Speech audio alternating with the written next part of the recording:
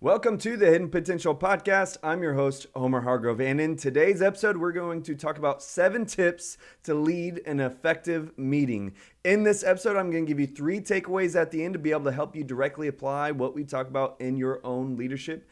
And every single week, we give you new episodes and content to be able to help you tap into your hidden potential. We do this by equipping you, empowering you with mental and practical tools to be able to use within your leadership and organization. Let's get started today with a big thought, and that is meetings within an organization can feel like life or death. While it sounds like it can be overly simple at first, learning how to hold and lead a productive meeting is crucial to your leadership. When it's done effectively, it can help build clarity, it can build your community, and it can build your collaboration. But when it's done disorderly, it will drain the vitality of your group, it will discourage your morale, and it will distort the vision for your team. In this episode, we're going to unpack the ways in which meetings can make or break your team, and then we're going to give you 7 tips to help you in your next meeting. The reason that this topic is so important to talk about is because many times we somewhat fall into leadership. You know what I'm saying? And we're never necessarily trained on how to do the in-between stuff like meetings. And while you may just figure it out on your own, you may not need this episode, a lot of leaders still struggle with the seemingly mundane yet necessary parts of leadership like meetings. And my goal in this episode is to equip you in the basic elements so that you can continue to excel and shine in the unique elements of leadership that are specific to you. So let's start by talking about the unexpected results of meetings, or we could even say the unexpected potential, like that plug. See, let's first talk about the bad of meetings. When meetings are bad, and again, I'm making it simple. I'm not trying to say every meeting that isn't great is bad, but let's just, for general sense, if you have ever had a series of unproductive meetings consistently, you know exactly what I'm talking about, to where you kind of grudgingly hold yourself back whenever you hear that there's a meeting next. But to better understand why and how it can actually be damaging to your team, let's break it down. See, when people initially attend a meeting, it's like when you first get started with an organization, you have this idea that you're attending the meeting for something. Okay, they have an idea that it is somewhat important, and that's why they should be there. And if they feel like nothing necessarily important was discussed, or if it was simply unproductive, like it was unnecessary for them to be there, they will feel like they wasted their time. Now let's focus on what that feels like. When you feel like you waste your time, simply just a negative vibe. You don't, it's coarse. You don't want to feel that. And if we're connecting that feeling to our meetings, anytime someone wastes their time, they're getting irritated, that emotion of irritation is now connected to you and your group. And when this happens again and again and again, you are slowly breaking down someone's loyalty, you're breaking down their commitment, you're breaking down their morale unintentionally. But it is happening, and eventually they will feel like the vision they once believed in is no longer there simply because of these unproductive or mundane meetings. And it's a similar it's a similar story whenever people feel like their voices aren't heard, or when people feel like they aren't being useful. See, eventually they feel like the vision they once believed in is no longer there. And they may just start looking to find fresh vision for somewhere else.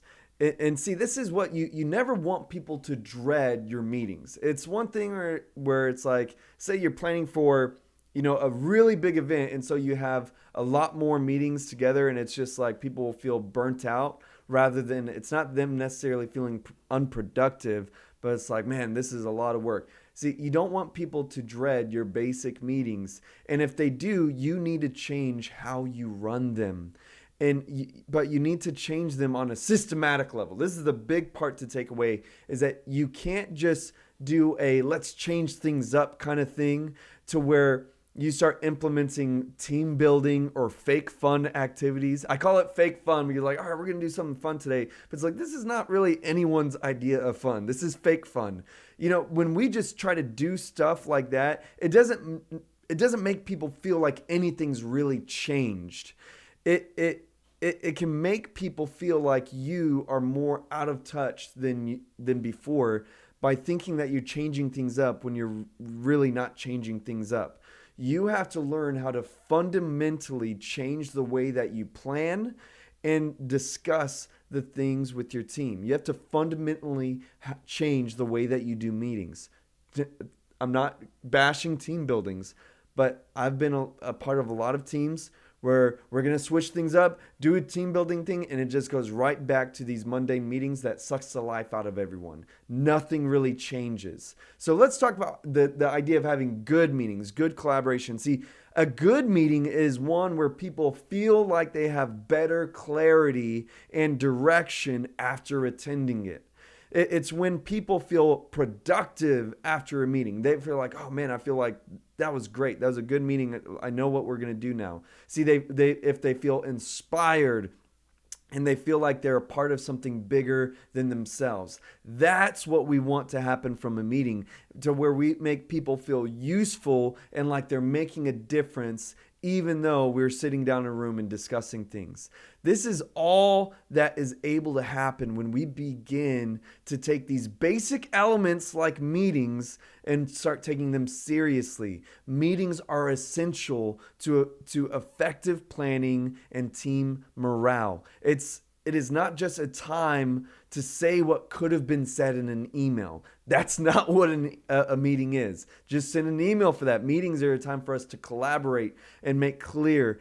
Take meetings seriously by being intentional, and you will see it inspire your team. So now that we understand a better grasp of good and bad meetings, now let's talk about these 7 tips to lead an effective meeting.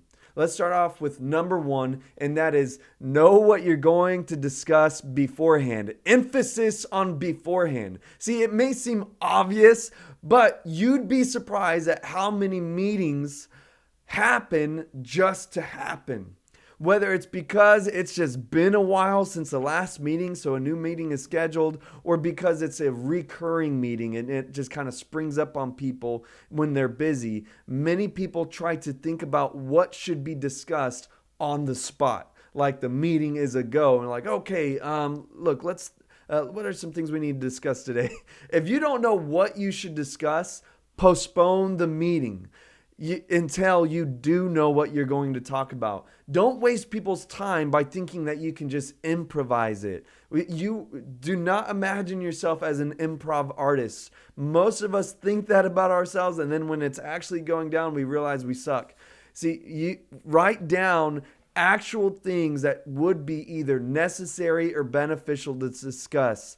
Make some bullet points, and these items can be anything that you want to emphasize on being important, anything that you want to expand clarity on, or anything that you want to effectively plan together.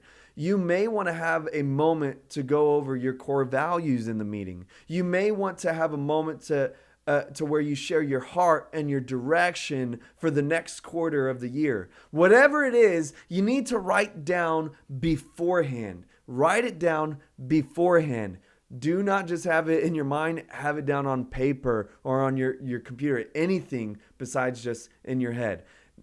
Now, let's talk about number 2, and that is organize your topics in your flow. Now that you know what you want to be included in your meeting, organize it in a run sheet or a timeline. Even if you want someone else to start the meeting, write that down in your timeline and make your flow clear and neat. Like one thing that I would often do is, like, if I want someone to share a devotional or if I want someone to pray, I'll have it in my notes like this person will open up in prayer.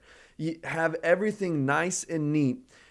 And include whatever notes that are necessary or helpful, and have an attempt to put to make things abundantly clear and give clear direction. If maybe you have a big title of like this XYZ event, and you have what you want, some bullet points of what you need to discuss or talk about within that, put it down in some meeting notes. And I would also ultimately suggest attempting to timestamp each of those meeting points. Like, if you're going to start off with prayer, that just put like the meeting starts at this time and this will last about 1 to 2 minutes. We need to talk about this will last 10 minutes. This should last about 10 minutes. And the more that you try to do this, the better you will get as far as a time frame of how long things are. And it will also help you to kind of move on to the next item when you realize that we shouldn't have been spending all this time talking about this. And I think that when you get this down, start sharing these meeting notes with your team, and it will help them to have better clarity. It'll make you seem a lot more professional, that this meeting was prepared for, thought about, and it'll help give better clarity and direction for the meeting, as everyone knows what we ought to be talking about. And it will show them that you have this intention to be productive and clear for this meeting. I'm telling you, these 2 points will put you miles ahead if you were to start taking them seriously. Now let's go on to number 3, give opportunities for feedback. You want your team to be able to feel like their voices are heard. And a simple way to do that is by having a set time for them to be able to share feedback. If you just had, say, an event, that would be a great thing to even kind of start out with, like, all right, let's share some feedback on the event, and make it clear that this is time to share like anything that you want to affirm as being good or things that could have been better. And that's where people can even voice if there was something exceptionally difficult that could have been improved on if they had some help or something like that. You just want their voices to be able to be heard, because that's how your systems are going to be able to get better. That's how your workflow for things are going to be able to get better. You want to also show them that their life and that their participation matters. And people will never care about what you know until they know how much you care. And so that's a big part where it feels like you are giving them a chance to give consideration. I'm telling you, it will go far. And one thing that I like to do with my meetings, and even just with this feedback part, is just to try to ask people how they feel about their role within the organization, and have a moment for people to just share it, like how they genuinely feel. And it will help you to be able to correct any courses that may have been stepping on people unintentionally. Y'all dig what I'm saying? Now, number 4 is give opportunities for ideas. We talked about opportunities for feedback. Now let's talk about opportunities for ideas. And this is allowing others to give ideas and insight that allows for them to take ownership mindset with the organization's vision. See, so often we just tell people what we had in mind, and we don't ask for anyone's ideas or anyone's input. And when you do that, when you're the only one sharing, the only one telling, it causes people to have an employee mindset. You're breeding this employee mindset that instead of ownership, it says, well, I'm just here because I have to be. That's the last thing that you want your team to be feeling. You want people to feel like when they're giving an idea, it is connecting them to the vision of the organization. And often it helps make whatever direction or initiative that you may have come up with become exceptionally better. There's many times where, I think that I'm pretty creative, and I'll share it with the team, and they help refine something that I brought to the table to where there's all these elements that I didn't even consider or think about, and they help make something that I brought exceptionally better, and now they're all a part of it too. Again, give opportunities for ideas and input. Now, number 5, stay on point. This is a big one, because whether it's you or someone else sharing, it's incredibly easy to go off topic, and it can quickly go way off topic. Y'all know what I'm talking about. If you've ever been in a meeting to where like, what are we What are we talking about? Why are we talking about this? It's fine to spur off here and there. I'm not trying to make this really strict process for having a meeting. It's just, you can always bring it back to what you agreed upon to have the meeting about. Okay, it's fine to have something spur off topic, 1 or 2 minutes, but when you sidestep for 10 minutes, 15 minutes, 20 minutes, half an hour with side stories, not everybody agreed to have that meeting about someone's side story. You have to learn how to politely, not in a rude way, bring people back to this place of being productive. We all agreed to talk about this, not that. And if it seems like everyone wants to just start talking and catch up, that's great. You want that. But maybe you can suggest that you all grab lunch or coffee afterwards so that y'all can just have that camaraderie rather than overwhelming the meeting. Because there may be, even if everyone else seems like they just want to talk, there may be someone that has to do something afterwards. They don't have time to just talk. They need to just be for the meeting, and then they got to go. You need to respect each person's time. You don't have to be rude, but simply clearly communicate that you like to hear about everyone's XYZ story, but that you also want to respect everyone's time by staying on topic and talking about what needs to be talked about.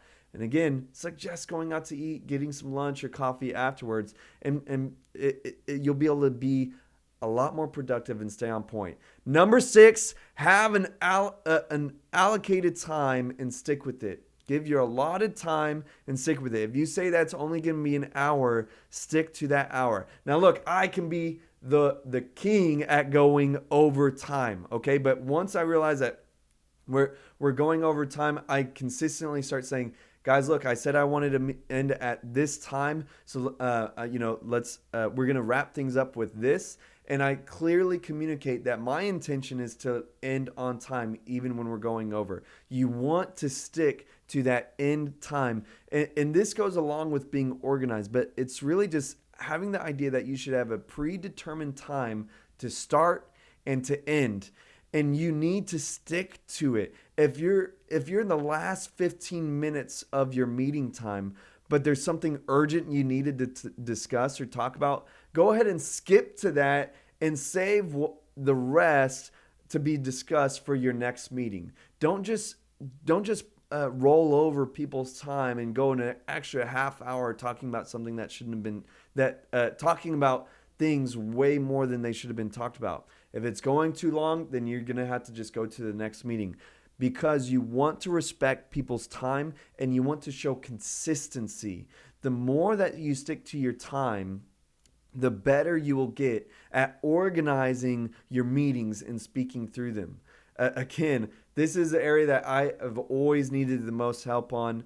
And even some of my team might laugh here and there at this point if they're listening to this, because it is easy to go over a topic way too long. Clearly communicate, all right, guys, I want us to be able to end at this time because I want to respect y'all's time and get back to point. And if you have to skip a thing or two, go ahead. And even when it comes to restructuring your meetings, maybe you realize you need to put the urgent stuff at the beginning. And now finally, let's go into number 7, and that is take notes. I feel like I was surprised when I realized when I first started leading meetings that we would finish the meeting and a week would go by. I'm like, what did we talk about? What did we decide for this? What did we decide for that? And you want to show your team that you are meeting about matters that are crucial, and for you to be able to follow through on what you all discuss. The only way you could do that is by taking notes for yourself. And you should also consider establishing someone to be the official note taker for the meeting. Be the meeting's note taker, because there's going to be moments where you may be sharing things and deciding things, and it can feel almost overwhelming at times when you're going through these topics, trying to stay on point, trying to follow these steps, to where you're also taking notes. You might miss a thing or two. So have someone to take notes to and mark specific steps, specific peoples and times and etc. that were discussed during the meeting. Whoever is designated to do something should be noted, as well as any collaborative thoughts or official decisions. Really, what I'm saying is write down anything that seems important enough to remember, because you will definitely forget. You need the notes. So whether it's you or someone else, take notes for your meeting. Now let's end this episode today with 3 takeaways. Number 1, do a self-inventory and examine how you've led meetings and determine what you can improve on, and what can be eliminated from your meetings. Number 2, take a survey from your team about their general opinions and thoughts on how your current meetings are run in order to examine where your meeting's health is in your team's eyes. What often happens is we think that we're great meeting leaders, but then our team thinks, oh man, they're way too long. They're way too this. They're way too that. Oh, I hate our meetings. And you get caught by surprise. Think for yourself and then ask your team to get better clarity in their perception on it. And number 3, plan your next meeting using the tips that we discussed today. It will help you tremendously. With all that being said, I'm so grateful for you guys being a part of today's episode. I hope that was edifying for your leadership, that made a difference for you and your organization. Can you do me a favor? Can you leave a rating and review for this podcast? It'd really help me out and help others be able to see this show in their feed. Until next time, have a great life.